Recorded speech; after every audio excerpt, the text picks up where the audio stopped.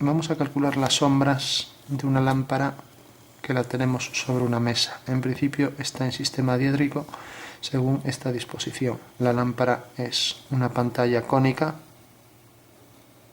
Como ya sabemos, un cono es simplemente aquella superficie que está formada por una recta que gira en torno a otra, de manera que ambas están en un mismo plano. Entonces la figura que se produce pues es algo así. Aquí tenemos un tronco de cono. El cono completo habría que continuarlo todo. Bueno, entonces tenemos eso y vamos a hacer, por ejemplo, que la base de la lámpara sea una circunferencia, una esfera, y por ejemplo, a continuación aquí un prisma. Entonces, que tenga el mismo grosor que la esfera. Esa lámpara está sobre una mesa. Vamos a hacer la mesa hasta aquí. Y aquí hay una pared. Y luego aquí el tejado aguardillado. Vamos a poner pequeño, debería ser más grande, esa lámpara es enorme para ese, pero bueno, es para hacer solo los cálculos. Entonces tenemos una lámpara, necesitamos el punto de luz exacto, por ejemplo lo pongo aquí, y vamos a hacer que esto simplemente sea el cilindro donde se pone la bombilla, en el interior. Y vamos a ver las sombras que se producen en cada uno de estos elementos. Esto no sería nada. Esta es la mesa, que es un prisma, y tenemos una esfera, y luego aquí abajo pues un prisma o un cilindro. Podemos poner un cilindro mismo. No le va a afectar la luz porque en realidad la luz viene por aquí, o sea que no lo va a tocar, con lo cual no es un dato que importe. Y hacemos, por ejemplo, la planta de la figura. Tenemos el tejado y esto continuaría. Y luego tenemos el cono. Tenemos la circunferencia correspondiente, la circunferencia menor correspondiente a la sección superior y luego la inferior. Y luego la esfera, pues ahí dentro se puede ver junto con la posición exacta del punto de luz. Y debajo de la esfera el cilindro vamos a hacer que sea tangente a ella para no representarlo ya. Y por último la mesa con el grosor que tenga. Bueno, pues simplemente es un ejercicio muy sencillito. Como aquí hay un punto de luz, pues simplemente ahí hay un agujero, pues este es un cono que proyecta aquí luz. Y lo mismo aquí debajo, un cono de luz que corta la mesa y corta ahí a la pared. Bueno, entonces todo lo demás, esto y esto, está todo en sombra. En realidad lo que entra a la luz pues sería esto. Aquí pues la tangente a la esfera, y la tangente a la esfera hace que aquí haya sombra por aquí debajo todo. Debajo de la esfera, a partir de la tangencia, a partir de la línea de tangencia, es todo sombra. Entonces tendríamos, ahora lo vamos a hacer en 3 dimensiones para que se vea, tendríamos 2 planos inclinados, uno vertical, uno horizontal, y ahí la figura, ¿no? Ahí podríamos ir proyectando, la circunferencia esta llegaría por ahí abajo, por ahí detrás. Luego esto sería una circunferencia cuyo radio iría de aquí hasta aquí. En este caso es obvio. Y luego aquí, pues produciría aquí una parábola, aquí una hipérbola y aquí una elipse, porque si continuáramos esto, tendríamos que aquí la curva sería una elipse. Entonces, para saber esto, lo único que hay que saber es que las secciones del cono son, si tenemos un cono circular recto, aquel que tiene su eje ortogonal a la base y que la base es una circunferencia, una sección paralela a la base dará una circunferencia. Si cojo aquí una sección por un plano paralelo a esta generatriz, pues un plano paralelo a esa generatriz, pues provoca una curva parabólica. Por eso este plano a esta generatriz. Vamos a hacer que sea paralelo a esta generatriz, porque si no nos sale la parábola. ya que en realidad el cono que interesa no es este, sino que es el cono de luz. Entonces, este contorno de ese cono de luz, si es paralelo a aquí, entonces es cuando se provoca la parábola. Tenemos que el cono corta aquí, entonces aquí saldrá una elipse, aquí saldrá una circunferencia y aquí necesariamente saldrá una hipérbola. Entonces tenemos el caso parabólico, cuando el plano es paralelo a una generatriz. El caso hiperbólico, el cono continúa también por arriba, cuando el plano lo giramos más hacia abajo, cortando arriba y abajo al cono. Entonces tenemos aquí una rama y ahí arriba otra. Es cuando es paralelo a dos generatrices del cono. O sea que al girar hacia abajo es paralelo a estas dos. Y luego la elipse es el caso en el que no es circunferencia y corta todas las generatrices, o sea, es un corte oblicuo en este caso. Bueno, viendo eso en el espacio, lo dibujamos en 3 dimensiones rápidamente en axonometría. Para entenderlo mejor, tenemos la mesa, tenemos la circunferencia del contorno de la esfera. En axonometría sigue siendo de contorno una circunferencia. Tenemos la base en los polos, hacemos aquí una elipse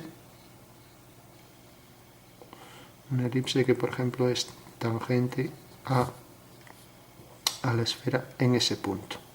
O sea que la elipse estaría centrada ahí.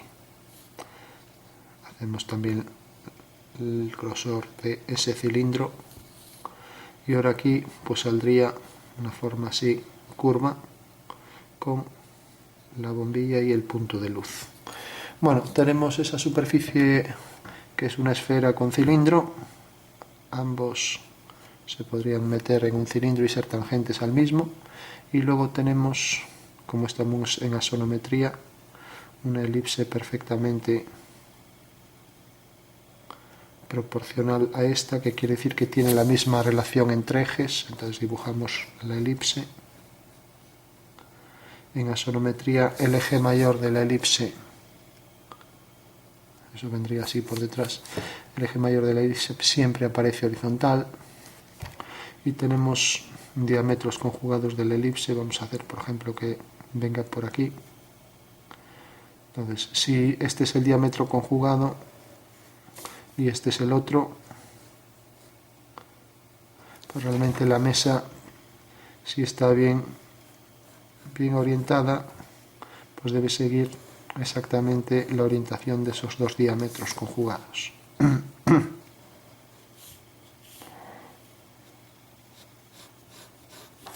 Pues tenemos la mesa que en axonometría el cuadrado se transforma en un rombo.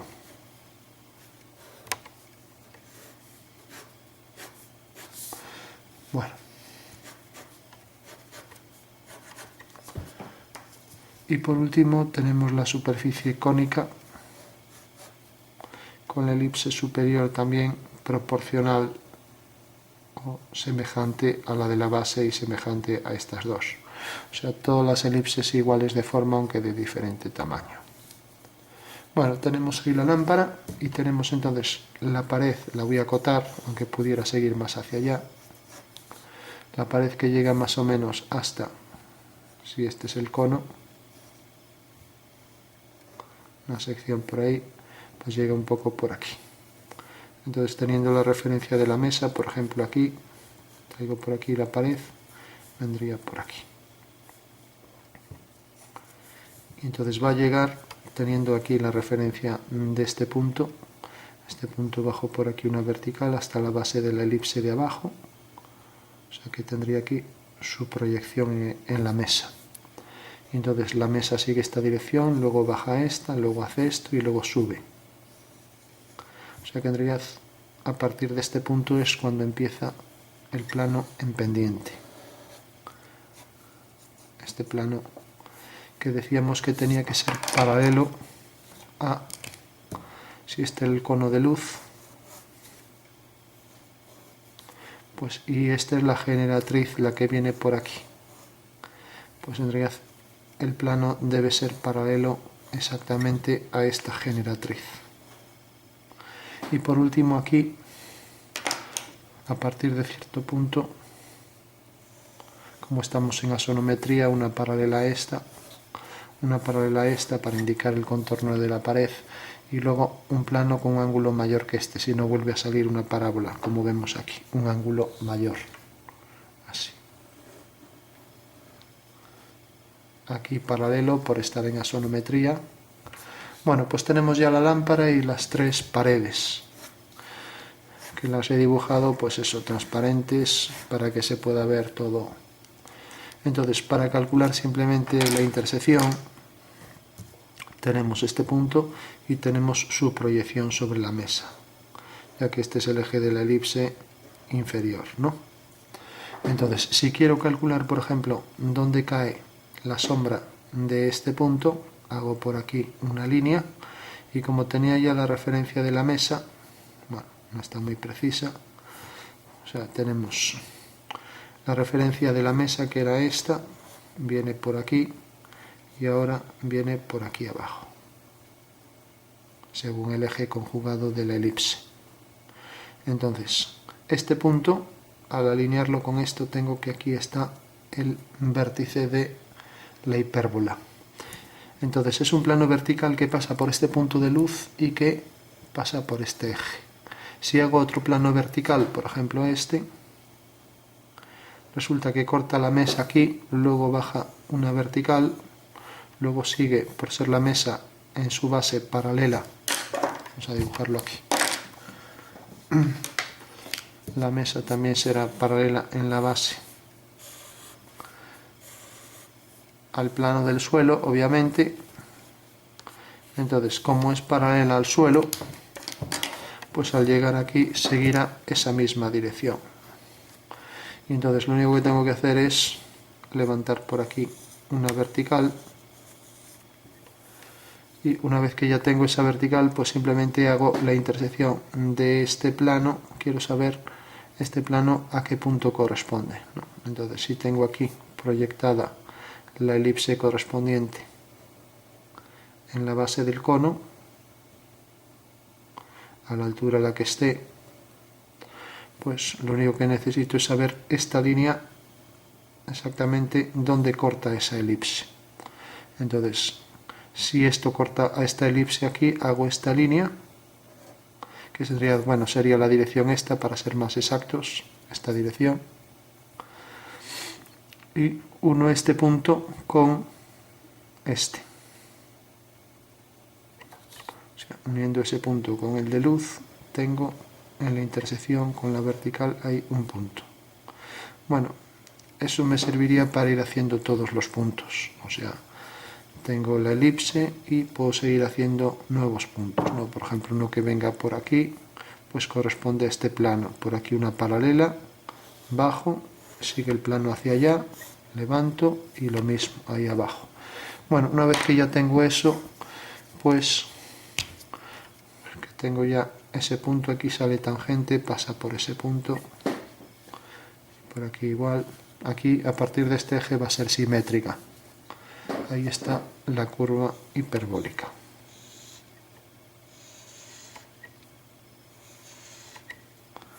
Bueno, la curva hiperbólica tiene un poco una forma así. O sea, aquí tiene curvatura y luego casi parece recta. Y por detrás llegaría hasta aquí. Y aquí, lógicamente, como es el mismo caso que esto, saldrá aquí respecto a esta línea otra hipérbola. Pues lo mismo, si hacemos aquí la dirección esta y este plano pasa exactamente y la elipse pasa por aquí el eje conjugado, bueno, lo teníamos aquí, alineo, y será otra hipérbola. Vamos a hacer que el punto caiga aquí, ya que tiene aquí un punto, otra hipérbola cuyo vértice está en ese plano que pasa por el diámetro conjugado. Los diámetros conjugados son aquellos que corresponden a estas dos direcciones de los ejes ortogonales. Entonces me va a determinar aquí exactamente el punto más alto de la hipérbola, la intersección de esto con el plano vertical que pasa, pues me determina ahí la curva hiperbólica, y aquí del otro lado exactamente igual. La intersección del plano que pasa por el eje conjugado me da ahí el vértice de la curva. Bueno, pues igual que hicimos esto para obtener la hipérbola, haríamos lo mismo para obtener aquí la elipse, que como vemos es, si hacemos todo el cono, pues es simplemente una curva, que lo mismo, seguimos por aquí esto, si esto como está en este plano corta aquí, viene por aquí y sube hasta aquí. Bueno, pues entonces esto viene por aquí, en realidad subiría por aquí, si continuara el plano iría por ahí y seguirá la dirección de estas líneas.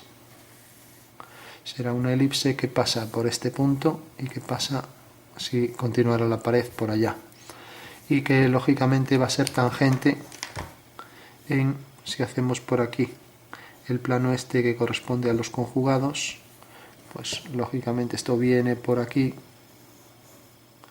y entonces a partir de aquí es donde la elipse sale tangente y va a llegar hasta allá. Y lo mismo aquí, pues también con la misma medida y con el diámetro conjugado, más bien vendría por aquí, pasaría exactamente igual que aquí, ¿no? O sea, sería una elipse perfectamente proporcional a esta. Bueno, no es proporcional porque en realidad esta es una elipse que es circunferencia, pero ahora estamos en un plano inclinado. Es que aquí parecía que, o sea, este plano ahora se inclina. Entonces, al ser un plano inclinado, es una elipse que no tiene nada que ver con las elipses de las circunferencias. O sea, lo que está claro es que es una curva elíptica, como vemos aquí, porque corta a todos los puntos del cono.